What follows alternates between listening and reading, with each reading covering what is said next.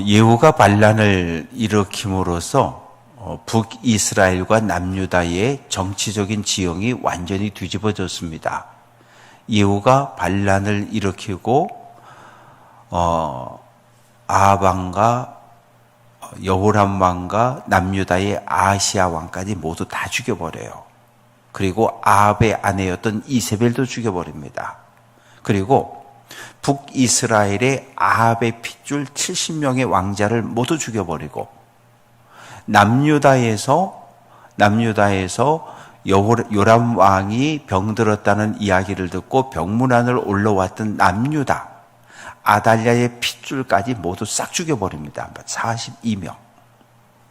그러니까 이게 갑자기 정치적인 공백이 생겨지게 됩니다. 그러니까 북이스라엘은 예후가 새로운 왕이 되고 왕조를 열었으니까 상관이 없는데 남유다는 문제가 생긴 거예요. 아달랴가 자기 아버지, 어머니, 그리고 오빠, 그리고 모든 왕자들이 모두 도륙당했다는 소식을 듣고 충격을 받습니다. 그래서 가장 먼저 한 일이 뭔가 하면 1절 말씀 보면 왕의 자손, 다윗 왕의 핏줄들을 모두 멸절, 다 학살했다는 얘기예요. 무슨 생각을 품은 거예요? 이제 북이스라엘에서 바알을 섬기는 일은 끝났다. 왜냐하면 집안 전체가 도륙을 당하고 바알 제사장 모두 죽임을 당했으니까. 그래서 아달랴는 무슨 생각을 품었냐 하면 우리 아버지 엄마의 꿈과 소원이었던 바알 숭배하는 이 일을 남유다에다 그대로 이식해 오길 원했던 거예요. 북이스라엘에서는 더 이상 바알 숭배를 할 수 없는 상황이 됐으니까 남유다에다가 이 바알이 다스리는 나라를 세우려는 마음을 품고, 그러려면 첫 번째 다윗의 핏줄을 모두 죽여야 돼요. 다 죽였어요. 그런데 2절 말씀 보면 요람 왕의 누이였던 아하시아라고 하는, 아하시아 왕의 누이였던 여호세바라고 하는 여동생이 있었는데 이 여동생이 누구랑 결혼을 했냐 하면 여호야다라고 하는 제사장과 결혼을 한 거예요. 그러니까 왕족이면서 동시에 제사장의 부인이잖아요. 그러면 왕실도 성전도 자유롭게 왔다 갔다 할 수 있는 사람인 거예요. 신분이. 아달랴가 모든 다윗의 후손을 살해하는 그 와중에 딱 한 사람, 한 살짜리 요아스 왕자를 들고서 성전으로 도망간 거예요. 도망갈 때 누굴 데리고 갑니까? 유모를 데리고 가는 거예요. 유모를 데리고 가서 성전 안에 창고, 요아스와 그의 유모를 침실에 숨겨 죽임을 당하지 않게 했다. 그래서 한 살짜리 조카와 그 유모를 데리고 어디로? 성전 안 은밀한 여러 가지 성전의 속물들을 이렇게 보관하고 그리고 필요한 물건들을 들여오고 내가는 그 은밀한 곳에서 6년을 돌보는 거예요. 아무도 모르는 거예요. 그러니까 남유다 백성들도 이제 다윗의 후손은 다 끝났네? 그러면 누가 우리를 다스려? 아달랴가 이야기하는 거예요. 왕도 죽고 왕자도 죽었고 왕 될 사람이 없으니까 내가 왕이다. 그래서 이스라엘의 역사 속에 유일한 여왕이 탄생을 하는 거예요. 그것도 철저한 바알 숭배자가. 그래서 여전히 남유다 왕실과 남유다에서 이 바알을 섬기는 이 일을 계속해 나가고 있습니다. 그렇게 6년의 시간이 흘러갔어요. 4절 말씀 보면 7째 해에 이제 요아스가 7살이 됐습니다. 7살. 21절 말씀 보면 요아스가 왕이 될 때 나이가 7세였더라. 7살이면 그냥 자기 발로 걸어 다니는 아이예요. 뭘 생각하고 뭘 명령하고 뭘 지시하고 의논하고 이럴 수 있는 나이가 아니잖아요. 그냥 어린 아이가 왕이 되는데 이 왕이 되는 가족이 대단히 극적입니다. 4절 말씀 보면 일곱째 해에 여호야다가 대제사장들이 사람을 보냈어요. 사람을 보냈는데 누굴 불러오냐 하면 가릿 사람의 백부장들과 호위병의 백부장들을 불러옵니다. 성전으로 데려오는 거죠. 이 가릿 사람이라고 하는 이것은 외국인들입니다. 외국인들인데 소아시아, 오늘날의 투르키의 서남부 쪽에 있는 민족이었어요. 이 사람들은 아주 옛날부터 용병으로 왔어요. 용병으로. 그래서 아주 충성스럽게 자기들에게 돈을 주는 사람들에게 충성을 다하는 그런 사람들이었는데, 이 가릿 사람들, 외국인 용병들, 그리고 호위병, 이 호위병은 왕과 왕실의 충성을 다하는 사람들이에요. 아주 충성심이 뛰어난 사람들입니다. 요 지도자들을, 백부장들을 불러옵니다.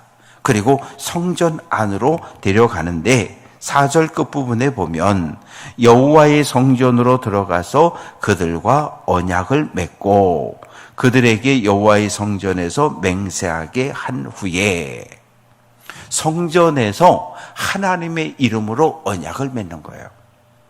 언약을 맺는데 그 내용은 무엇일까요? 단순해요. 지금부터 내가 당신들에게 하는 이 말을 당신들은 반드시 따라야 한다. 이것을 하나님의 이름으로 언약을 맺는 거예요. 만약에 나와 지금 당신들이 언약을 맺는데 이 언약을 깨트리면 하나님이 나를 벌 주든지 하나님이 당신들을 벌 주실 거야. 어떻게 맹세하겠느냐? 그랬더니 대제사장님의 말씀에 순종하겠습니다. 만약에 우리가 말씀을 깨트리면 하나님이 나와 우리 가문에 벌을 내리는 것이 맞습니다. 이렇게 언약을 합니다. 그리고 이제 요아스 왕자를 보여주는 거예요. 그러니까 깜짝 놀라는 거예요. 다윗의 핏줄은 모두 다 죽은 줄 알았어요. 단 한 사람의 왕자도 남지 않고 모두 죽은 줄 알았어요. 그런데 7살짜리 어린 왕자가 살아 있는 걸 눈으로 본 거예요. 고모가 이 아이는 오라비의 핏줄입니다. 막내 아들입니다. 유일하게 살아남은 다윗의 후손이요 핏줄입니다. 그렇게 이야기를 하니까 이 가릿 사람들하고 호위병들이 놀랐고 큰 충격을 받았고 그리고 기뻐했어요. 왜? 남유다는 다윗의 후손이 통치하는 나라인데 다윗의 후손은 없어졌고 아달랴라고 하는 바알 숭배자가 나라를 통치하고 있는데 다윗의 핏줄이 있으면 당연히 다윗의 핏줄이 왕이 되는 게 맞다고 그렇게 생각했기 때문입니다. 그래서 이제 왕이 즉위식을 하는데 지금 작전을 치밀하게 짜는 거예요. 5절 말씀을 보면 이런 이야기가 있습니다. 즉 성전을 호위하는 레위인과 군인들이 모두 5부대인 거예요. 5부대로 나뉘어져 있어요.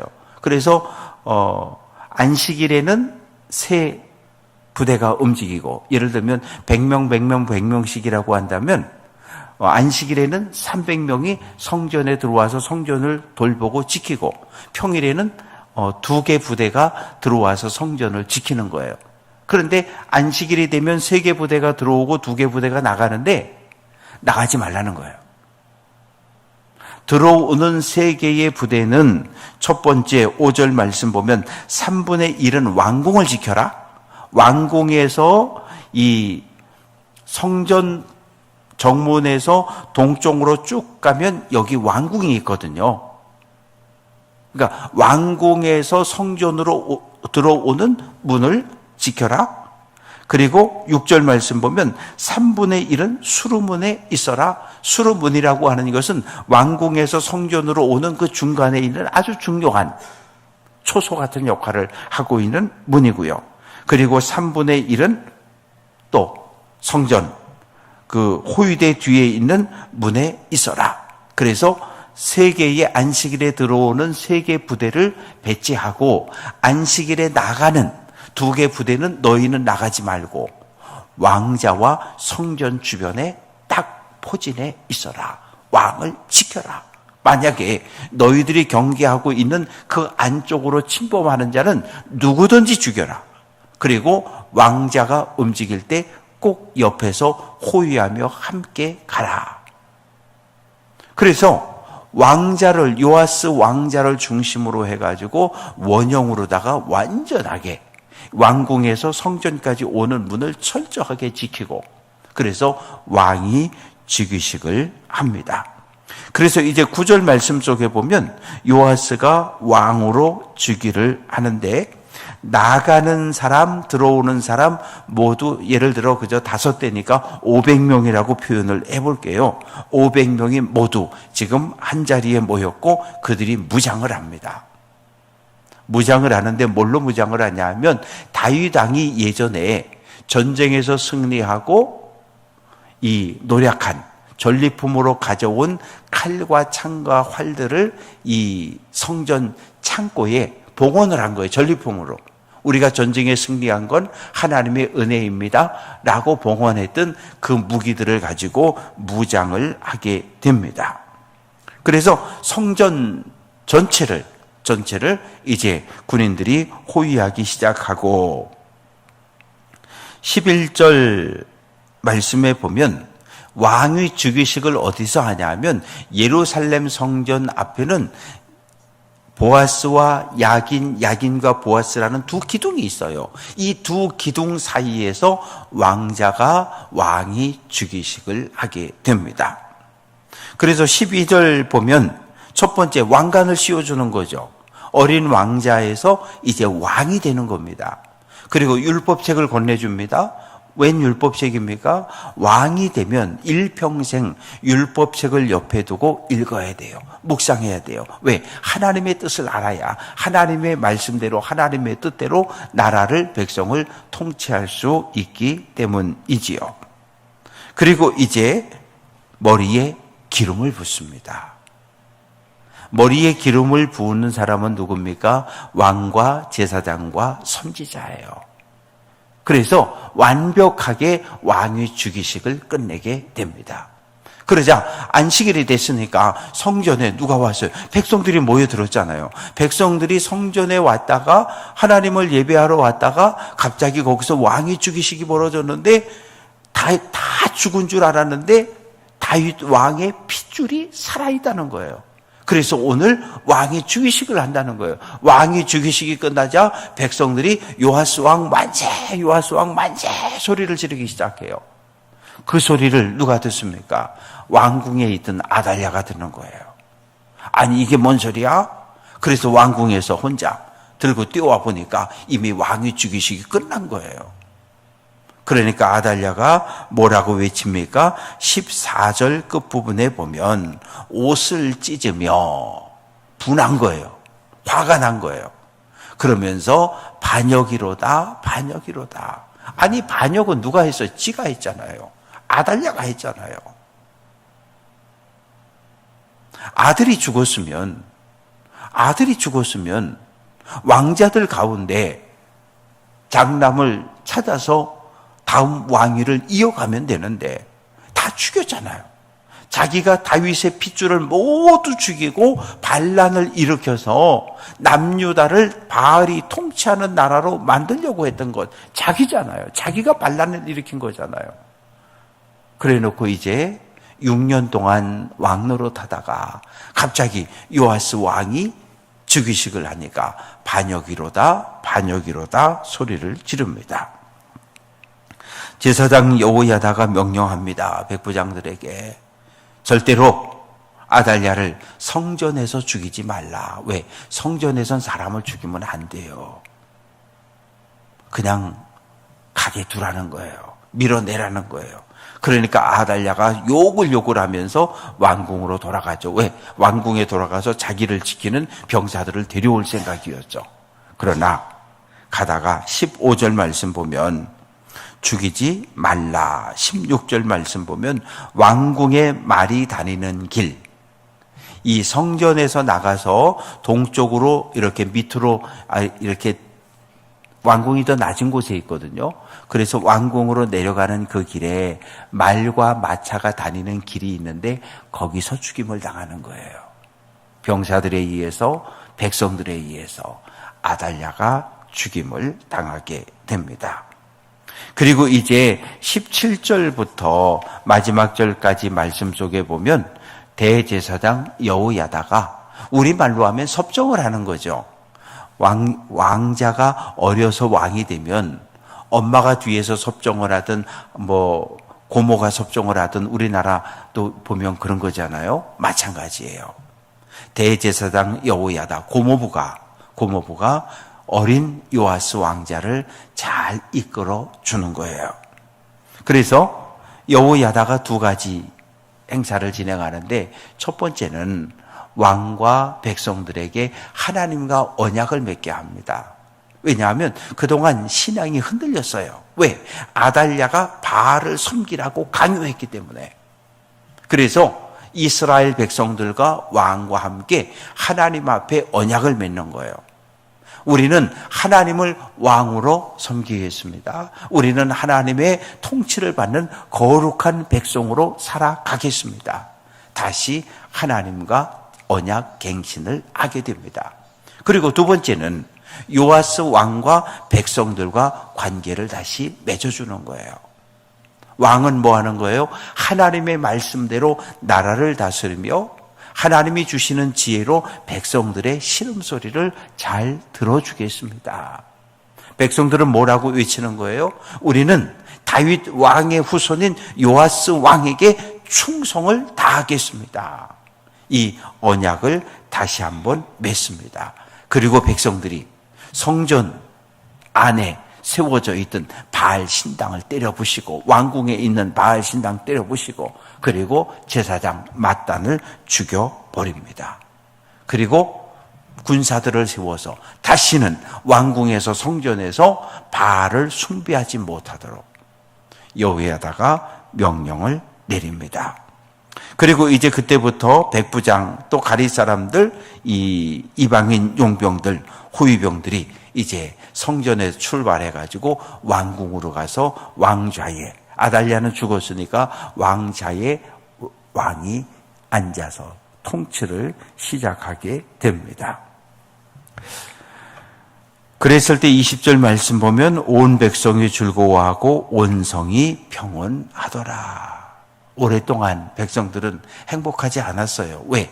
다윗이 통치하는 나라였는데 다윗의 후손이 모두 죽었고 아달랴라고 하는 이상한 여자가 왕이 되는데 바알을 섬기라고 하나님 섬기지 말고 바알을 섬겨야 한다고 내 말 들어야 된다고 그렇게 힘겨운 삶을 살아왔는데 아달랴가 죽고 다윗의 핏줄이 왕이 되었으니까 백성들은 마음의 평온을 회복하게 됩니다. 말씀을 정리해 봅니다. 하나님의 약속은 반드시 지켜져요. 하나님께서 다윗과 약속한 것이 무엇입니까? 내가 내 율법을 잘 지켜 순종하면 너와 내 후손이 계속해서 나라를 다스리게 한다는 거예요. 솔로몬이 우상 숭배에서 이스라엘이 남북으로 쪼개졌지만 하나님의 약속은 뭐예요? 다윗의 얼굴을 봐서 한 지파를 유다 지파와 베냐민 지파를 남겨두었다는 거예요. 뭐하게? 다윗의 후손들이 통치하게. 그런데 그만 아달랴라고 하는 악한 여인 때문에 잠시 6년 동안 다윗의 후손이 통치하는 나라가 끊어졌지만 하나님은 그 약속을 다시 지켜주신 거예요. 그래서 요아스가 왕이 되어서 이스라엘을 다스리고 통치함으로 다윗의 후손의 나라가 계속해서 이어지게 됩니다. 하나님의 약속은 신실하셔요. 사람의 약속은 그렇지 않아요. 부부 사이에, 부모와 자녀 사이, 형제 사이에, 목회자와 성도들 사이에 우리는 수많은 약속을 해요. 약속은 다른 거 아니에요. 말이에요. 기도예요. 목회자가 강단에서 설교하는 건 약속입니다. 말씀이에요. 성도들이 주일날 예배 시간에 올라와서 기도하는 거, 그거 약속이에요. 하나님 앞에 하는 거잖아요. 설교를 그냥 성도들만 듣는 거 아니라 목회자의 설교를 누가 하늘에서 하나님이 그대로 듣고 계시고, 대표로 기도하는 기도자들의 기도의 소리를 하나님께서 그대로 다 듣고 계시는 거잖아요. 약속이에요. 그래서 우리는 말을 조심해야 하고 약속을 신실하게 지켜야 돼요. 내가 한 것을 내가 지키지 않을 때 우리는 그러면 안 돼요. 내가 한 말을 최대한 지키려고 몸부림치는 삶은 살아야 돼요. 에이, 뭐 약속은 약속이고 내 마음대로 살면, 아니, 그렇지 않아요. 말로 기도한 것, 대표로 기도한 것, 설교로 약속한 것, 모든 것은 지켜져야 합니다. 바라고 소망하는 것은 아무리 어둡고 타락한 시절이었지만 하나님은 약속을 지키셨어요. 여호야다라고 하는 믿음의 대제사장을 세우셔서 이스라엘을 보호하시고 지켜주신 거예요. 오늘도 마찬가지예요.